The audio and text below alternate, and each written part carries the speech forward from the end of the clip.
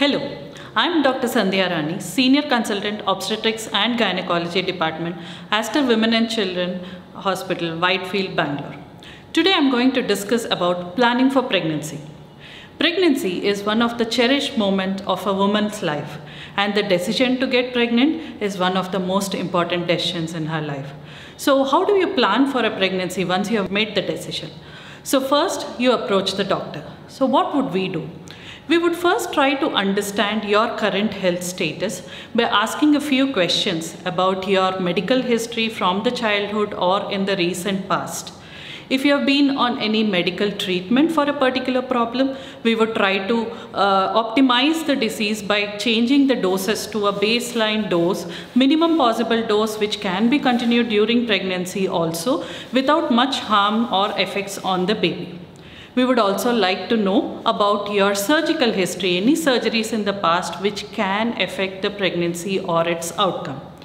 We would also want to know about the family history, any particular health problem which runs in the family members or any genetic issues for which we specifically need to look into.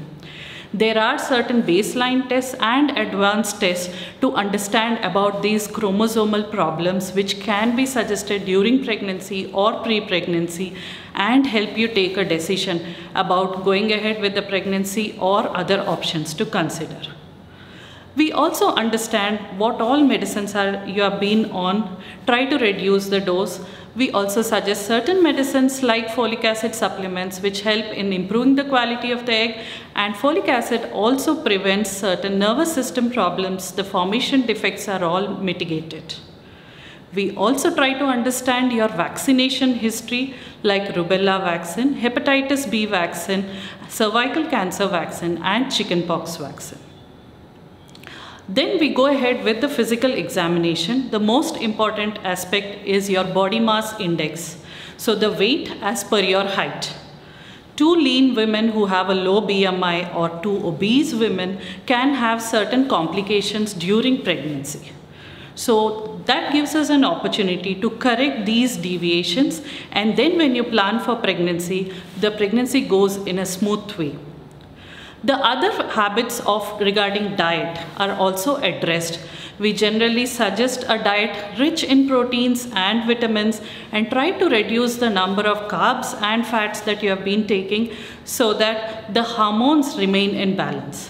Exercise for about 40 minutes in a day for at least 5 days a week definitely gives you a very good hormonal balance. These hormones help you have regular menstrual cycles, which in turn helps you get pregnant faster. We would also like to discuss about your habits like your caffeine intake. We try to suggest the minimum intake of caffeine while planning and during pregnancy. Somebody who's into the habit of smoking and alcohol, we try to counsel you to stop that completely so that the complications during pregnancy will be less. So once we have discussed all these things, we also suggest few blood tests to assess your current health status. Maybe there is a health condition which you were not aware of so far, but these tests may tell us that there is a deviation. So it is better to go through the pre-pregnancy blood tests, try to get them corrected, and then plan for your pregnancy.